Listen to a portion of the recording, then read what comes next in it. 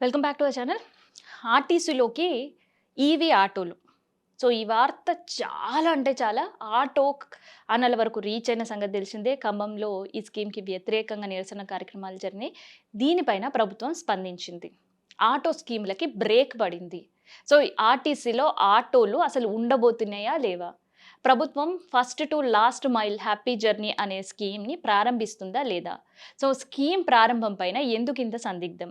And ఈ scheme పైన ప్రభుత్వం నిన్న చాలా కీలకంగా కూడా కొన్ని వ్యాఖ్యలు చేసింది.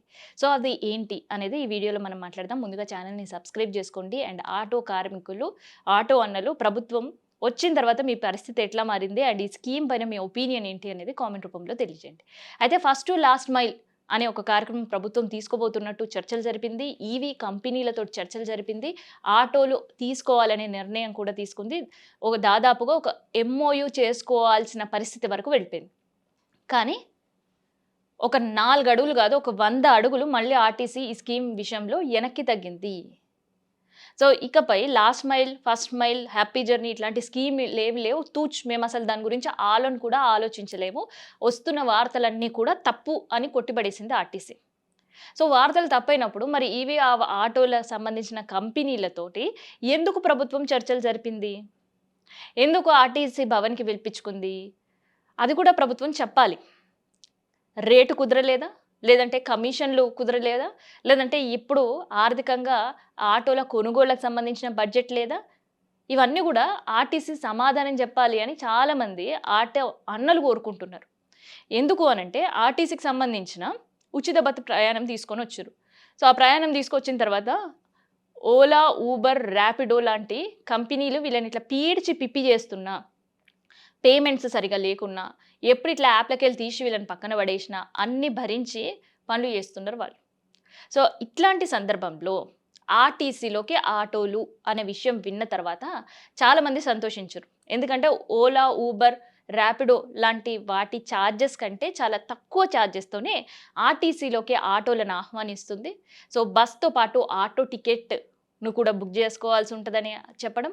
సో, మీ ఇంటి దగ్గరికి ఆటో టైంకి రావడం, జేబీఎస్ వరకు మిమ్మల్ని దింపడం, జేబీఎస్ నుంచి మీ ప్రయాణం ఎక్కడైతే నిజామాబాద్, వరంగల్, ఆదిలాబాద్ అట్లా ఎట్లయితే కరీంనగర్ అటునుంచి జేబీఎస్ నుంచి మీ ప్రయాణం మీరు ఆర్టీసీ బస్సులో ట్రావెల్ చేయడం. సో, అలా మీ ఇంటి దగ్గర నుంచి హైదరాబాద్‌లో పైలట్ ప్రాజెక్ట్ కాబట్టి కోటి లేదంటే గచ్చిబౌలి, మెహదీపట్నం, బేగం బజార్ ఇట్లాంటి ఎన్నో ప్లేసెస్ నుంచి జేబీఎస్‌కి వస్తూ ఉంటుంటారు కాబట్టి, వాళ్ళక్కడ బుక్ చేసుకుంటే ఇక్కడ దింపితే ఒక పక్క చార్జెస్ తక్కువ, ఆటో వాళ్ళకి ఉపాధి కల్పిస్తది. ఉపాధి కోల్పోయేలాగా చేసిన ఆర్టీసీయే, ప్రభుత్వమే మళ్ళీ వీళ్ళకి ఉపాధి కల్పించే అవకాశం ఉంటది. సో, ఇట్లాంటివన్నీ కూడా ఆలోచించి తీసుకున్నా కూడా ఇప్పుడు మళ్ళీ ఆ పథకం పైన ఇట్లా నీళ్లు జల్లింది ప్రభుత్వం. ఇట్లాంటివేం లేదు అని చెప్పి పడేసింది. అంటే ఇకపై ఆర్టీసీలోకి ఆటోలని ఆహ్వానించట్లేదు. ఆర్టీసీ వాళ్ళ బతుకులు ఆర్టీసీవే అండ్ ఆటోల బతుకులు ఆటోలవే. సో, ఆటోలను తీసుకొచ్చి మేము ఆర్టీసీలో పెట్టలేం అండ్ ఆటోలకి మేము ఉపాధి కల్పించలేం అని చాలా క్లియర్‌గా చెప్పేసింది. మరి ఆర్టీసీలో ఆటోలకు సంబంధించిన స్కీమ్ ఆపడానికి కారణం ఏంటి అనేది ప్రభుత్వం చెప్పలే. అసలుకి ఈ స్కీమ్‌నే మేము తీసుకొస్తలేం.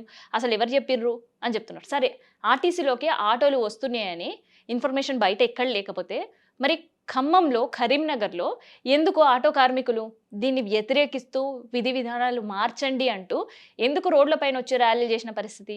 అక్కడ అధికారులు, ఆర్టీసీ అధికారులు వాళ్ళతో ఎందుకు చర్చలు జరిపిన పరిస్థితి? సో, ఇది కూడా ఒక క్వెషన్ మార్కే గదా! అసలు నిజంగా ఆర్టీసీలోకి ఆటోలు తీసుకొనొస్తే మా బతుకులు మారతాయని కోరుకున్న ఆటో కార్మికులు కొంతమందున్నారు.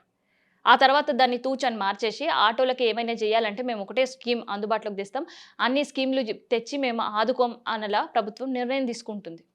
ఎందుకంటే ఉండే ఆటోలనన్నిటిని గూడా ఈవీ వెహికల్స్‌గా conversion. Auto rickshaw EV vehicle conversion అనే ఒక స్కీమ్ తీసుకురాబోతుంది. సో, ఆ స్కీమ్‌లో 1,50,000 ఇస్తది. సో, 1,50,000కి మీరు పాత ఆటోలను కొత్తగా మార్చుకుంటారా? లేదంటే 1,50,000కి ఇంకా కొన్ని మీరు పైసలేసుకొని కొత్త ఆటోలే కొనుక్కుంటారా? అది మీ ఇష్టం. కానీ హైదరాబాద్‌లో మాత్రం ఎట్టి పరిస్థితిలో డీజిల్ ఆటోలు, పెట్రోల్ ఆటోలు తిరుగుడు లేదు. సో, అట్లా తిరిగితే ఆ ఆటోలను పట్టుకొని మేము ఫైన్‌లేస్తాం అనేది గూడా కొత్తగా అమలు చేయాలనుకుంటుంది. ఆలోచన గూడా సాగుతుంది. సో, వీళ్ళ మెయిన్ థీమ్ ఏంది అంటే ఆర్టీసీ ఆలోచన చూస్తుంటే ఆటో కార్మికులను ఆదుకోవాలని గాదు. ఆటో కార్మికులకు ఆర్థికంగా సహాయం చేయాలని గాదు. సో, ఇప్పుడు అసలే గిరాకీ లేక తిరుగుతుంటే వాళ్ళు అప్పు జేసి మీరిచ్చే ఒక 1,50,000 కోసం 3,00,000, 4,00,000 పెట్టుకొని కొత్త ఆటోలు కొనే పరిస్థితి ఉంటదా? ఉన్న ఆటోలను స్క్రాప్‌కేయండి అని చెప్తున్న మంత్రులకి ఒక్కసారి ఆలోచించుకోవాలి. సరే వీళ్ళని ఒక 1,50,000 పెట్టి ఈవీ వెహికల్‌లు కొనండి అంటున్నారు చాలా బావుంది. ఆ ఈవీ వెహికల్ కొన్న తర్వాత ఈఎంఐలు కట్టాలంటే ఎవరు డబ్బులిస్తరు? ఆ ఈవీ వెహికల్ల సబ్సిడీ కొంతవరకు ప్రభుత్వం చెల్లించినా, మిగతా ఆటో రోడ్డు పైన తిరగాలి అంటే సవారీ దొరకాలి గదా! సో, ఎవరు కూడా ఎక్కడానికి పెద్దగా ఇష్టపడట్లేదు బస్సులొచ్చిన తర్వాత.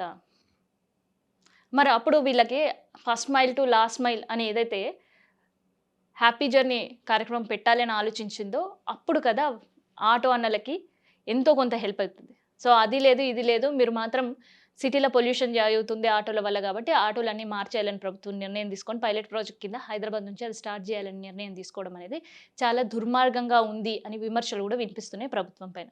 మరి అట్‌లీస్ట్ ఫస్ట్ ప్రోగ్రామ్‌కి స్వస్తి చెప్పినా, సెకండ్ ప్రోగ్రామ్ పరిస్థితి నిర్ణయం తీసుకోబోతుంది ప్రభుత్వం అనేది చూద్దాం.